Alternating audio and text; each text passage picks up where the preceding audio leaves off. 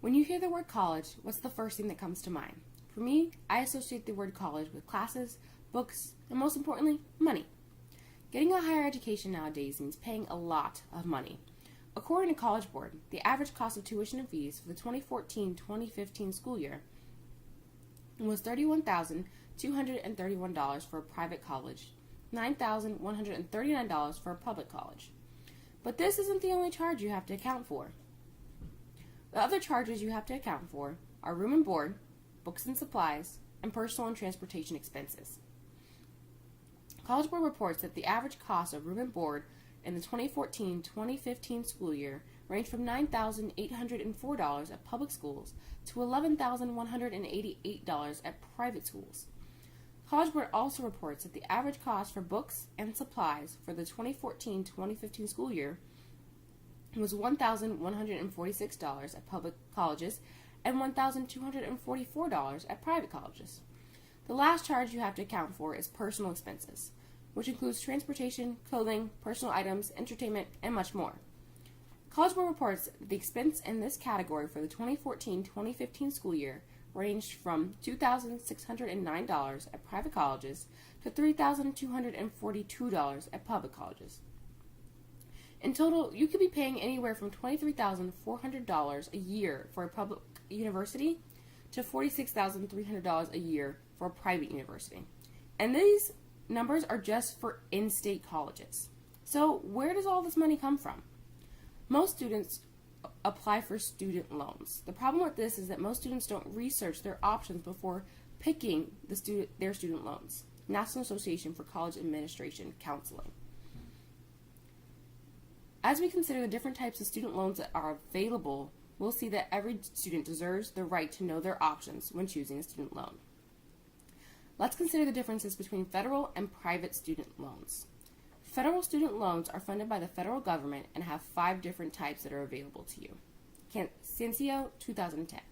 With federal student loans, you don't have to start repaying your loan until you graduate, leave school, or change your enrollment status to less than half time. Many federal loans provide you a grace period of 6 to 9 months after you graduate before you have to start repaying your loan. The interest rate for federal student loans are fixed and often much lower than private student loans. If you are having trouble repaying your loan, you may be able to temporarily postpone or lower payments. Now, private student loans are made by a lender such as a bank, credit union, state agency, or a school. Private student loans differ by type of lender and do not have a standard form. Many private student loans require payments while you are still in school. Private student loans can have variable interest, some greater than 18%, which will increase the overall amount that you pay. Utah Higher Education Assistance Authority. For private student loans, you may need a cosigner, most likely a parent. Private student loans may require an established credit record to receive the private student loan. The cost of private student loans will depend on your credit score and other factors. Private student loans cannot be consolidated into a direct consolidation loan, which means all of your loans can't be consolidated into one loan to pay. It is rare for private student loans to offer payment forbearance or payment deferment options. There may be early payoff penalties for private student loans. There are no loan forgiveness programs associated with private student loans. Now, just to give you a visual aspect, I'm going to show you a video by Borrow Wisely that just tells you the difference between a private student loan and a federal student loan. Thinking of taking out a student loan? Well, there are actually 2 main types you should know about: federal and private. Federal student loans are from the government, and they have low interest rates set by Congress. You don't have to start repaying federal loans until you leave school or attend less than half time. They also offer flexible repayment options, and they allow you to apply for a temporary break from making payments if things get tough for you financially. Some federal loans may even be forgiven if you go to work in public service, healthcare, or teaching. Meanwhile, private loans can help if federal loans don't cover all your educational costs. However, you may need a parent or guardian to co-sign on your loan, and repayment usually starts while you're still in school. With private loans, repayment options are more limited, and there's less leniency if you hit hard times. Plus, private loan interest rates tend to be higher. meaning they'll be costlier over time. That's why it's a good idea to find out what federal aid you qualify for first. Many students pay for college with a combination of loan types, but always read the fine print and never borrow more than you really need because you'll be paying it back with interest. Learn more about applying for federal and private student loans at borrowwisely.org. Now I will break down the 5 different types of federal student loans available to you. First is a direct subsidized student loan, which are made eligible to undergraduate students who demonstrate financial need to help cover the cost of higher education. Federal Direct Loans 2009. This loan applies to only undergraduate students who are enrolled at least half-time and demonstrate financial need. The lender is the Department of Education, but the loan is serviced by an individual servicer. The student is not charged interest on this loan while in school or during deferment periods. Forgiveness options are available for public service jobs such as teachers, police officers, and more. The second type of loan is a direct unsubsidized loans, and these are made eligible to undergraduate, graduate, and professional students. The student does not have to demonstrate financial need. The student must be enrolled in at least half-time.